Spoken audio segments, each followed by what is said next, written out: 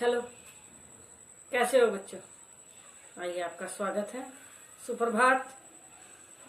और समझते हैं, अब रिवीजन करते हैं। रिवीजन में हम क्या पढ़ते हैं बेटा? रिवीजन में पढ़ते हैं हम उपसर्ग प्रत्यय। पहले समझा दिए ना मैंने, लेकिन फिर से रिवीजन कर लेते हैं ताकि कोई डाउट है वो क्लियर हो जाए। तो इसमें क्या रिवीजन करना है? यानी उपसर्ग युक्त शब्द हैं और उन्हें अलग करना है। उनको क्या करना है? अलग करना है।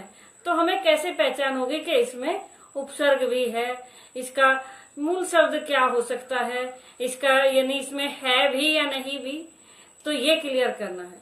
तो कुछ शब्द मैंने ऐसे लिखे हुए हैं। तो उपसर्ग युक्त शब्द, उसमें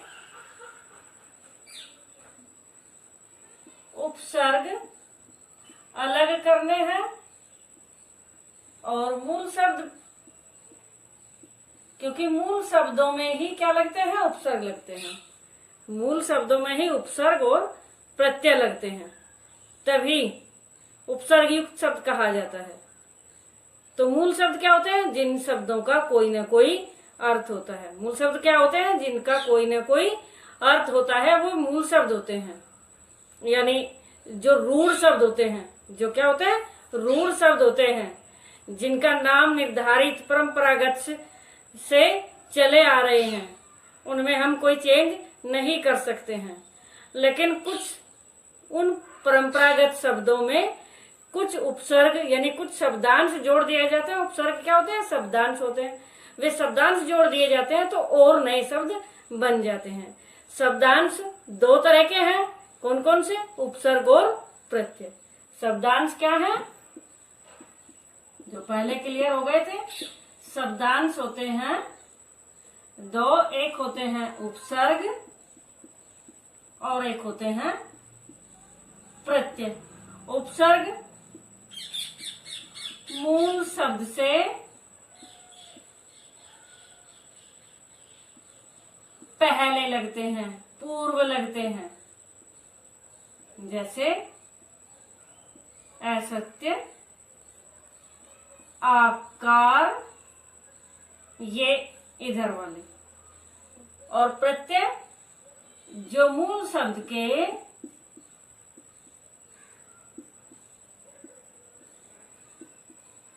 बाद में लगते हैं, मूल शब्द के बाद में लगते हैं, वो क्या होते हैं? प्रत्यय होते हैं। जैसे सत्यता, जैसे सत्यता, भला ई, भलाई आदि। इसमें आई, इसमें ता प्रत्यय लगा हुआ है। तो ये शब्दांश होते हैं जो अलग से किसी वाक्य में प्रयोग नहीं होते, लेकिन मूल शब्दों में जुड़कर ये वाक्य में प्रयोग होते हैं। यानी मूल शब्दों में ये जोड़े जाते हैं, नए शब्दों का निर्माण होता है। तो शब्द निर्माण में आए थे ना उपसर्ग और प्रत्यय और समास।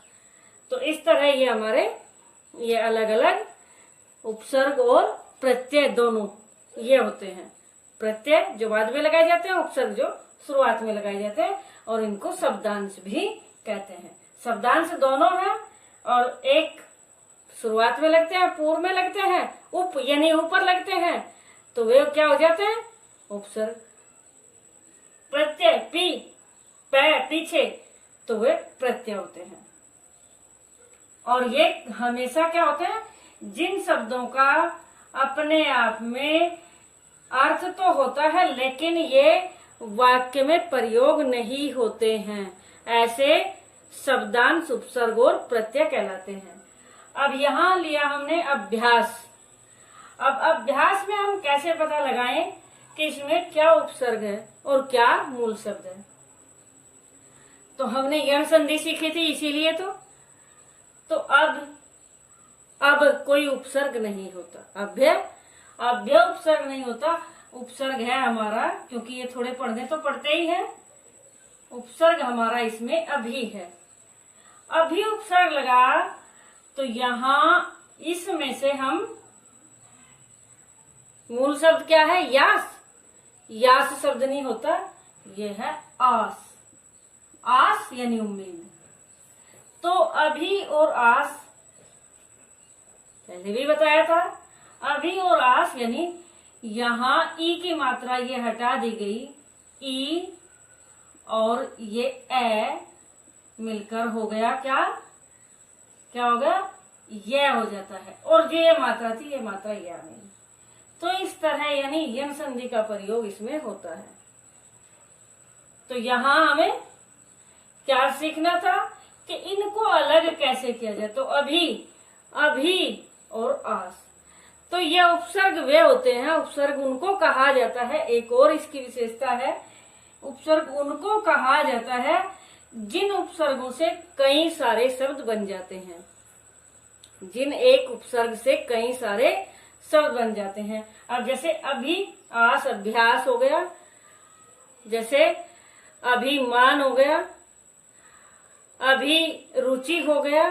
तो एक अभी से कितने सारे शब्द बने हैं, एक अभी से कितने सारे शब्द बने हैं। अब इसी तरह अवतरण, तो अब ये नहीं होगा आप यहाँ यास लिख दोगे, तो यास कोई शब्द नहीं होता है। आस, आस मीन्स उम्मीद होता है। अब ये है इसी तरह अव उपसर्ग होता है। अब क्या होता है, उपसर्ग होता है। अवत कोई उपसर्ग नहीं होता, आप कुछ लिख दें और अगर ये ए उपसर्ग इसमें लगा दे कि ये इसमें ए उपसर्ग है, ए उपसर्ग तो मान लिया जाता है, लेकिन वतरण, वतरण कोई शब्द नहीं होता, वतरण कोई शब्द नहीं होता। क्या होता है वो, तरण, तरण यानी तैरना भी होता है, या फिर तर जाना होता है, या क्या होता है, तर जाना होता है। तो तरण, इसलिए तरण शब्द होता है। तो इसमें क्या लगता है, अव, अव, और मूल शब्द क्या हुआ इसका, तरना। क्या होता है, यहाँ है तरण, तरना यानी तर, ये भी हो सकता है तर प्लस न, और न, यहाँ न प्रत्यय है, मान लिया न प्रत्यय होता है, लेकिन यहाँ न नहीं, यहाँ न है, क्योंकि रे जहां होगा, जहां भी रे का प्रयोग होगा किसी शब्द में, रे शब्द होगा, तो वहां न का न बन जाता है।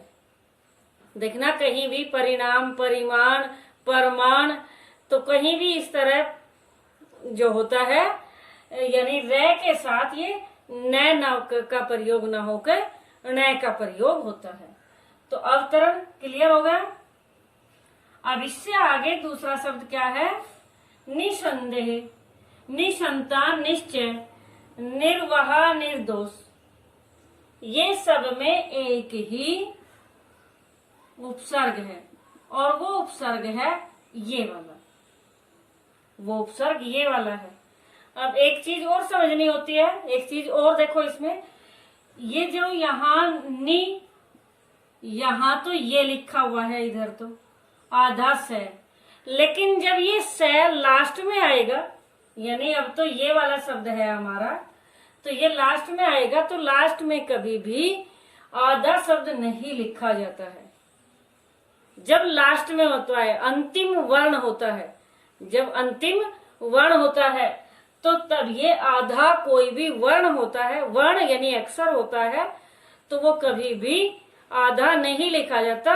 उस टाइम उसमें हलंत लगाया जाता है। उस टाइम क्या लगाया जाता है, हलंत लगाया जाता है। तो यहाँ इसमें ये हलंत लगाया गया है, ये नहीं लिखेंगे इसको, तो ये भी गलत माना जाता है। अगर आप उपसर्ग लिखोगे कि निस उपसर्ग है, ये वाला है, यानी आधा से आपने बना दिया, यहाँ ये है, तो ये आप कहोगे ये सही है, ये सही नहीं हो सकता, क्योंकि ये मानक रूप है ही नहीं, मान्य है ही नहीं।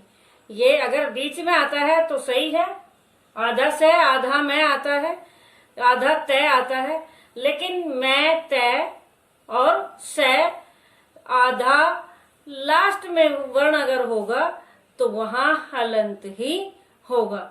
मैं का तो बल्कि मैं का क्या बना दिया जाता है, मैं तो ऐसे भी बना दिया जाता है, जैसे है, ये या फिर अहम, ये तो बनाया जा सकता है मैं का तो, या हलंत लगाएंगे या फिर ऐसे लिखेंगे, ये भी आधा ही होता है। तो ये क्लियर, यानी से ये वाला हो जाना चाहिए, या फिर इसका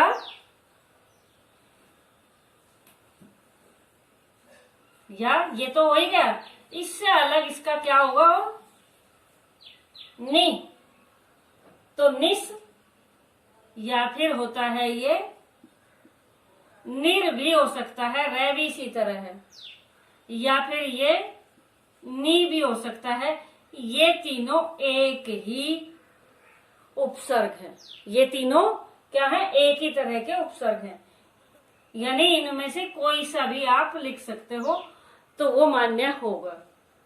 या यहीं जैसे ये यहाँ, यानी ये कर दे तो भी राइट होगा, और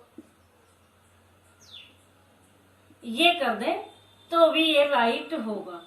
लेकिन कोशिश करें, अगर इसमें ये है से है तो आप निश ही करें। निश संस्कृत का एक अव्यय है, संस्कृत का ये एक अव्यय है, तो ये ज्यादातर तो निश ही होता है। नि संस्कृत का विसर्ग लगाए गए हैं, और ये भी संस्कृत का है और ये भी संस्कृत का है, और इसका अर्थ बिना हो जाता है, यानी इसके बिना। तो ये क्लियर हो गया। अब निसंदेह का ये, जब ये यहाँ तक क्लियर हो गया तो आगे का तो आपको समझ आ ही गया होगा कि मूल शब्द क्या होगा। तो क्या होगा बताइए जल्दी से। तो क्या हुआ, ये हुआ संदेह, ये हो गया हमारा संदेह। निसंतान में भी निस लगा दीजिए या फिर निर, तो ये संतान हो गया। अब ये निश्चित तो नहीं हो सकता उपसर्ग, ये उपसर्ग इस तरह निश्चित तो नहीं हो सकते, वो होता है निश्च या निर। निश्चय, चय मूल शब्द होगा, तो ये आपको समझने पड़ेंगे, ये आपको थोड़ा ध्यान भी देना पड़ेगा। अब इससे आगे ये भी निश भी हो सकता है, या ये भी हो सकता है, या ये, या ये, दो तीनों में से कोई सा भी हो सकता है। और वहा यानी निर्वाह, तो मूल शब्द लगाते ही शब्द के अर्थ में चेंज हो जाता है। तो ये क्लियर हो गए, यानी ये तीनों फिर से बताती हूँ एक ही है, ये तीनों एक ही उपसर्ग माने जाते हैं। तो निर्वाह और निर्दोष का क्या हो जाएगा, ये हो गया दोष, निर्दोष या निष्दोष। क्लियर हो गया। इसके बाद ये प्रय उपसर्ग होता है। प्रय क्या होता है, उपसर्ग, क्योंकि प्रय प्रकार, प्रकाश, प्रयोग, प्रस्थान, तो प्रय और स्थान मूल शब्द है। स्थान यानी एक जगह, तो स्थान क्या है, ये है एक मूल शब्द। क्लियर हो गया। इसी तरह दू भी दुष्कर, यानी दू भी नी की जगह, नी के जैसा ही है, तो ये और ये और ये तीनों, ये भी तीनों हो सकते हैं, ये भी तीनों हो सकते हैं, दुष्कर और दुर्दशा वगैरह। ये तो दोनों क्या लगेगा, तो दुष्कर यानी कर शब्द हो जाएगा, क्या हो जाएगा, कर, और इसमें ये है दशा, ये क्या है, दशा। तो ये क्लियर हो गया। अब इसके बाद सम उपसर्ग का और समझ लेते हैं। सम के बताइए नए शब्द कोई।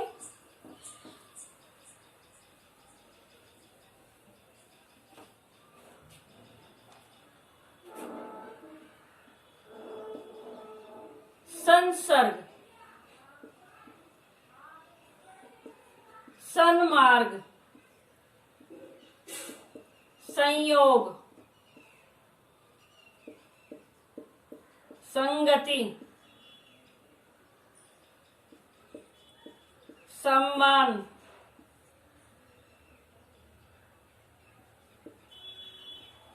संयम,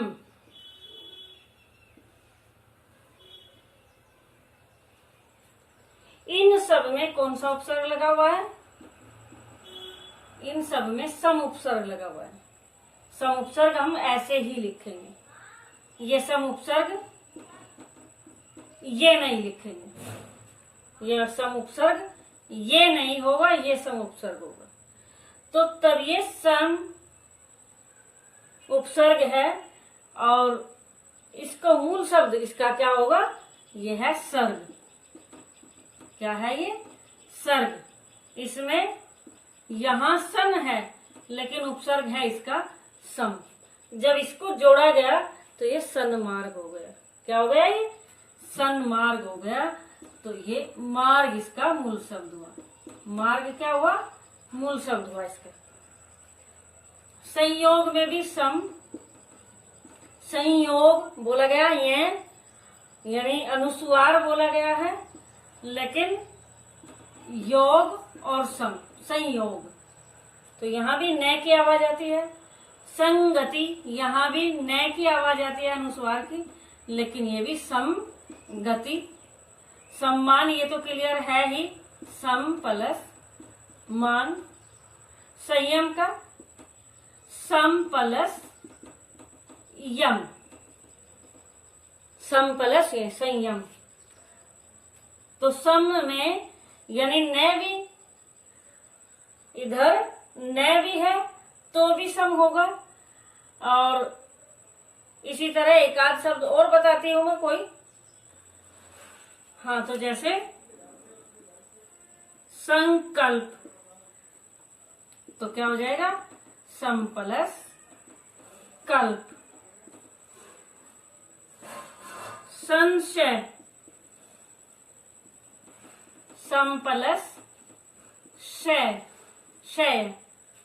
तो ये हो गए हमारे उपसर्ग। क्लियर हो गए? और कोई भी डाउट है तो आप पूछ सकते हो, कोई प्रॉब्लम नहीं है। अब चलो समझते हैं थोड़ा प्रत्यय। अब हाँ, तो बेटा प्रत्यय में क्या था? प्रत्यय भी वो तो बता ही दिया मैंने कि प्रत्यय बाद में लगते हैं, लेकिन प्रत्यय दो तरह के बताए गए हैं, एक कृत प्रत्यय और एक तद्धित प्रत्यय। तो कृत प्रत्यय और तद्धित प्रत्यय में दोनों में क्या अंतर था? दोनों में अंतर है कि एक धातुओं के अंत में लगते हैं, क्रियाओं के अंत में लगते हैं, धातु यानी क्रियाओं के अंत में लगते हैं, और एक संज्ञा, सर्वनाम, विशेषण आदि शब्दों के बाद में लगते हैं, अंत में लगते हैं। तो अब ये यहाँ डरावना, डरावना का मूल शब्द क्या है? मूल शब्द है इसका डर। और आवना, आवना प्रत्यय है इसमें। इसमें प्रत्यय क्या है? आवना है। तो डर, डर रहा है, डरना। तो ये कौन सा प्रत्यय हुआ? ये जरूरी नहीं कि अगर पूछा जाए कि कृत प्रत्यय है या ये तद्धित प्रत्यय है तभी कृत प्रत्यय और तद्धित प्रत्यय बताने होते हैं, वरना ऐसे ही, वरना बस ये प्रत्यय है इतना ही बताना होता है, इसका प्रत्यय अलग करना होता है। अब ये आवना यानी डरावना, भयावना, भयावना, तो भयावना में भी लुभावना, लुभावना यानी लोभ, और आवना प्रत्यय लगाने के बाद हो गया लुभावना। तो यानी इसीलिए कहा जाता है, मैं फिर से दोहरा रही हूँ कि प्रत्यय और उपसर्ग दोनों हैं। इस तरह इसलिए शब्दांश कहे गए हैं क्योंकि इन एक शब्दांश से कई सारे शब्द बनते हैं, कई सारे शब्द बन जाते हैं। तो पंडिताइन में तो मूल शब्द क्या होगा? पंडित। और इसका प्रत्यय क्या होगा? पंडित। पंडित है ये नहीं होगा, ये हो जाएगा पंडित। ड़ी रे बोला जाता है वो, तो रे का उच्चारण किया जाता है, तो ये यहाँ है पंडित डे, तो यहाँ ये बिंदु नीचे नहीं लगेगा। तो इसका प्रत्यय क्या बचा? आ इन। क्या है? आ इन। लाला, ललाइन। अब इसमें प्रत्यय क्या है? उपसर्ग, वो मूल शब्द क्या है? गा। प्रत्यय है वैया, गवैया। पुजारिन, देखो यहाँ आइन और पुजारिन में क्या है, पुजारी और इन प्रत्यय है इसमें, इसमें इन प्रत्यय नहीं है, इन प्रत्यय है। पुजारिन, पंखड़ी, पंख और ड़ी प्रत्यय है इसमें, पंखड़ी, पंखुड़ी भी, इसको पंखुड़ी भी लिख सकते हैं, पंखुड़ी। तो ये पंखुड़ी, यहाँ ये पंखुड़ी हो सकता है, लेकिन पंख और डी पंखुड़ी, लेकिन मूल शब्द इसका पंख है। मूल शब्द क्या है, पंख है। लिपिक, इसमें क्या प्रत्यय लगा है, क्योंकि लिपि तो एक लिपि जैसे हमारी लिपि है, और क्या लिपिक, लिपिक किसको बोलते हैं, लिपिक जो ऑफिस का काम करता है। तो लिपिक, लिपि से ही बना ये लिपिक, लिपि और क्या लिपिक। कोठरी, कोठा और री इसमें प्रत्यय है, कोठरी। गठरी, धूमिल, धूम मचा दे, धूम, और इल प्रत्यय इसमें लगाया गया तो रहेगा धूमिल। सुन, इसमें प्रत्यय क्या लगाया है, वाई प्रत्यय लगाया गया है। और कुछ ऐसे भी शब्द होते हैं जिसमें एक ही शब्द में, एक ही मूल शब्द में दो दो तीन तीन प्रत्यय भी लगा दिए जाते हैं, दो दो प्रत्यय भी लगा दिए जाते हैं। जैसे खरीदारी, खरीदारी, खरीद मूल शब्द हुआ, दार और ई, तो दो प्रत्यय लगे हैं इसमें, इसमें दो प्रत्यय, बहुत सारे इस तरह के शब्द भी हैं। तो ये भी क्लियर हो गए, प्रत्यय क्लियर हो गए। दोबारा से मैंने समझाए, पहले समझे हुए लेकिन फिर से, ठीक है, क्लियर हो गए। अब समझते हैं अर्थ की दृष्टि से वाक्य भेद। हाँ, तो अर्थ की दृष्टि से वाक्य भेद कितने, 8 भेद होते हैं। कितने भेद होते हैं, 8 भेद होते हैं। कौन कौन से 8 होते हैं, यानी विधानवाचक, प्रश्नवाचक, इच्छावाचक, संकेतवाचक, संदेहवाचक, विस्मयादिबोधक और निषेध और आज्ञावाचक। तो ये सारे क्या होते हैं, संकेतवाचक वगैरह, ये सारे 8 वाक्य के भेद होते हैं अर्थ की दृष्टि से। यानी जो मूल प्रवृत्ति के अर्थ के आधार पर क्या अर्थ समझ आता है, क्या समझ पाते हैं उन भावों को, तो वे अर्थ की दृष्टि से वाक्य भेद बताए गए हैं। तो ये 8 भेद हैं। अब इनको परिवर्तन भी करना होता है। इनका क्या करते हैं, परिवर्तन करते हैं। परिवर्तन यानी एक वाक्य भेद को दूसरे वाक्य भेद में परिवर्तन करना होता है। तो इस तरह के भी वाक्य आते हैं हमारे बोर्ड में। तो यहाँ शायद वह सामान खरीदने के लिए बाजार गया, शायद वह सामान खरीदने के लिए बाजार गया। अब शायद इसमें है तो ये कौन सा, शायद यानी संभावना है, गया या नहीं ये तो नहीं कह सकते, तो इसलिए संभावना है। तो ये कौन सा अर्थ की दृष्टि से कौन सा भेद है, ये भेद है हमारा क्या, ये है संदेहवाचक। संदेहवाचक को पहले, क्योंकि ये पहले तो यही समझना है हमें कि किस कौन सा भेद है इसका, तो ये हुआ संदेहवाचक। और इसको बदलना है अब विधानवाचक में। इसको किस में बदलना है, विधानवाचक में। विधानवाचक यानी साधारण, तो इसका शायद हट जाएगा। वह सामान खरीदने के लिए बाजार गया, वह सामान खरीदने के लिए बाजार गया, ये ही हो जाएगा, इसका शायद हट जाएगा, तो विधान हो गया। और इसको प्रश्नवाचक में करें तो प्रश्नवाचक में क्या हो जाएगा, क्या वह सामान खरीदने बाजार गया, या फिर ये भी हो जाएगा वह क्या खरीदने के लिए बाजार गया है। तो इस तरह भी प्रश्नवाचक में हो जाएगा।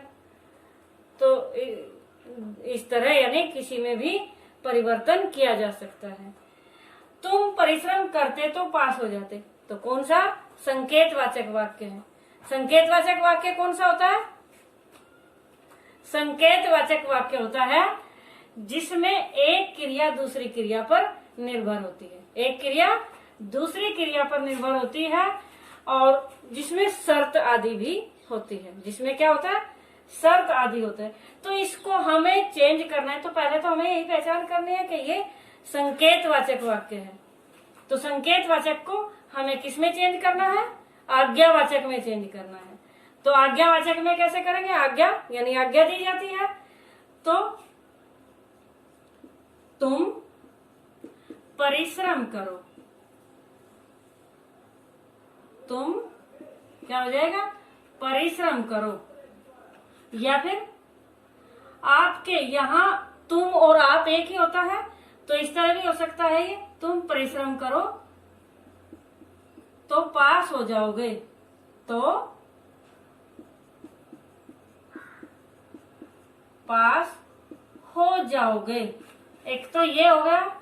एक ये भी हो सकता है, आपके परिश्रम करने से, आपके परिश्रम करने से आप पास हो जाओगे, पास हो जाओगे। तो एक ही वाक्य कई तरह से चेंज हो सकता है। तो ये क्लियर हो गया, आज्ञावाचक में कर लिया। अब ये दूसरा वाक्य है, यदि बचपन में गलती न की होती तो जीवन कुछ और ही होता। यदि बचपन में गलती न की होती तो जीवन कुछ और ही होता। हाँ, तो यदि बचपन में गलती न की होती तो जीवन कुछ और ही होता।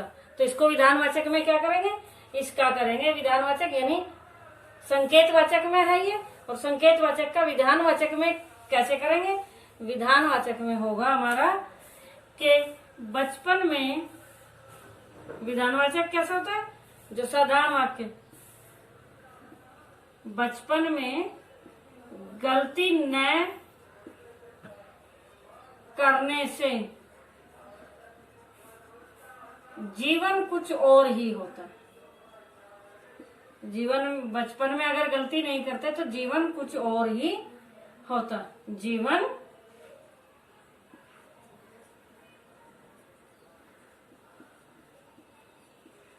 और ही होता। न करने से, न की होती का चेंज हो गया यहाँ क्रिया न करने से। तो ये विधानवाचक में हो गया। जल्दी आ जाइए और किताब ले आइए। तो यहाँ ये कहना है, पहले तो यही देखना है, ये है आज्ञावाचक में। ये किसमें है, आज्ञावाचक में। जल्दी आ जाइए और किताब ले आइए या ले जाइए। तो ले आइए या ले जाइए, तो इसका प्रश्नवाचक में करना है। तो जल्दी आकर, प्रश्नवाचक में चेंज करना है। तो प्रश्नवाचक में क्या होगा,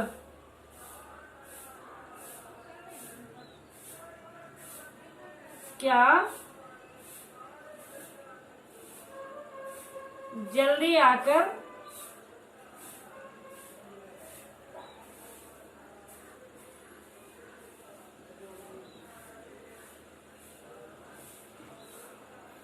जल्दी आकर क्या ले आओगे।